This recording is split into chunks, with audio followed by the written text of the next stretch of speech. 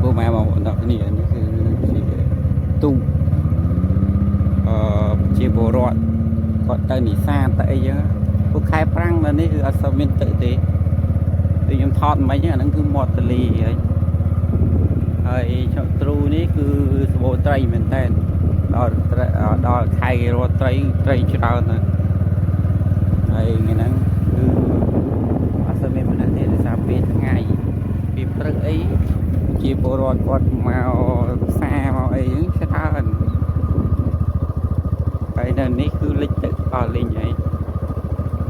ហើយដល់សាលារៀនឆក់ទ្រូក៏លិចដែរមកដល់នេះអញ្ចឹងអានេះគឺជាភូមិឆក់ទ្រូឃុំឆក់ទ្រូហ្នឹងយើងជិះមកដល់ផ្សារពលីជិះបត់ស្ដាំមកដល់ហើយ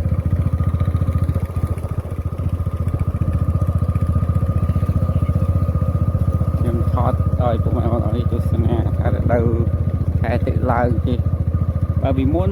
សម្បូរជាតិផ្ទះនៅលើទឹកច្រើនណាស់បងប្អូននេះទៅខាងនោះគឺនឹងភូមិវៀតណាមគេឲ្យប្រជាជនឡើងមកនៅលើអស់ហើយពេលចឹងគឺអត់មានទេទៅទូទៅរកត្រីរកអីចឹងទេអានេះសាលាទីបាក់គេមកដាក់សាលាឃុំនៅមុខ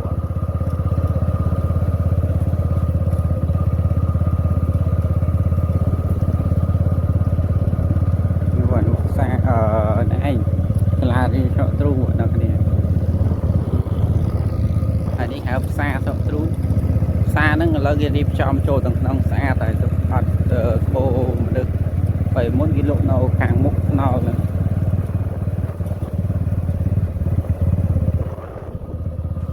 បើពីមុនសិតតែព្រៃទេបងប្អូនដល់គ្នាឥឡូវទឹកលិចដល់ភូមិវៀតណាមអត់ទេ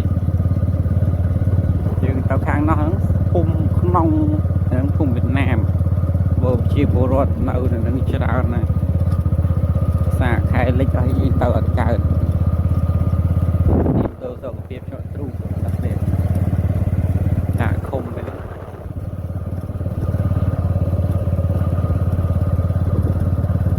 ហើយថ្ងៃនេះបើថ្ងៃល្អរាល់ថ្ងៃគឺភ្លេងហើយខាងមុខនោះគឺជាផ្លូវទៅខាងវត្តកំពង់ព្រះនេះទៅប្រាសាទកំពង់ព្រះអគារតែឥឡូវលិចទឹកបាត់ហើយនោះលិចទឹកឲ្យយើងកើតតែពីមុនគឺជិះម៉ូតូបានខែប្រាំងតែមួយខែពីរខែទៅស្រកអស់ណាស់នេះ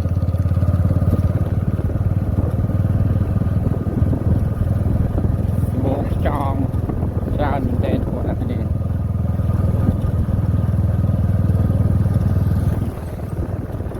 ពីមុនដល់នេះស្ងាត់តែអត់ដូចឥឡូវនេះឥឡូវសារគេឲ្យប្រជាជនមកនៅទៅធ្វើផ្ទះ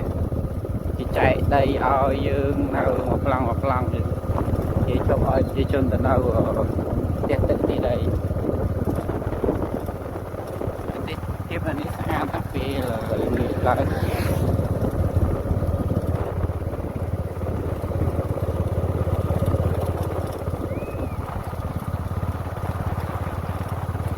្ទះឲ្យរុញមកលើអស់ហើយបងប្អូនសិតតទូពេលព្រឹកឡើងបានសម្បូរទូគេបើឃើញស្អាតសិនទូច្រើន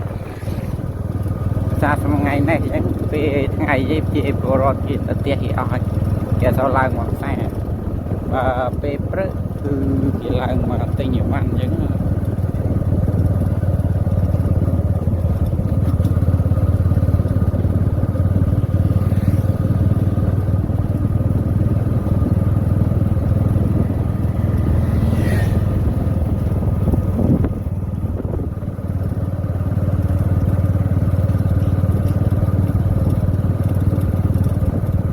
គឺអត់មានអីច្រើនទេបងប្អូននេះគាត់តែចង់បង្ហាញពីទស្សនវិជ្ជានៃភូមិឆក់ទ្រូនៅផ្សារលើទឹកផ្សារសមុទ្រទឹកសាបឆក់ទ្រូនេះហើយនៅតាមភូមិនេះបើសិនចូលចិត្តវីដេអូអញ្ចឹងកុំភ្លេចជួយ comment ហើយនឹង subscribe ម្នាក់មួយផងបងប្អូនទាំងគ្នាដើម្បីបានវីដេអូថ្មីពីខ្ញុំបានជារឿងទៀតអញ្ចឹងអានេះឡើងមកដល់លើហើយគឺអត់មានអីទៀតទេចឹងអរគុណពុកម៉ែបងប្អូនទាំងគ្នាទស្សនាវីដេអូរបស់ខ្ញុំរហូតដល់ចប់ចាំជួបគ្នានៅវីដេអូក្រោយទៀត បាយបាយ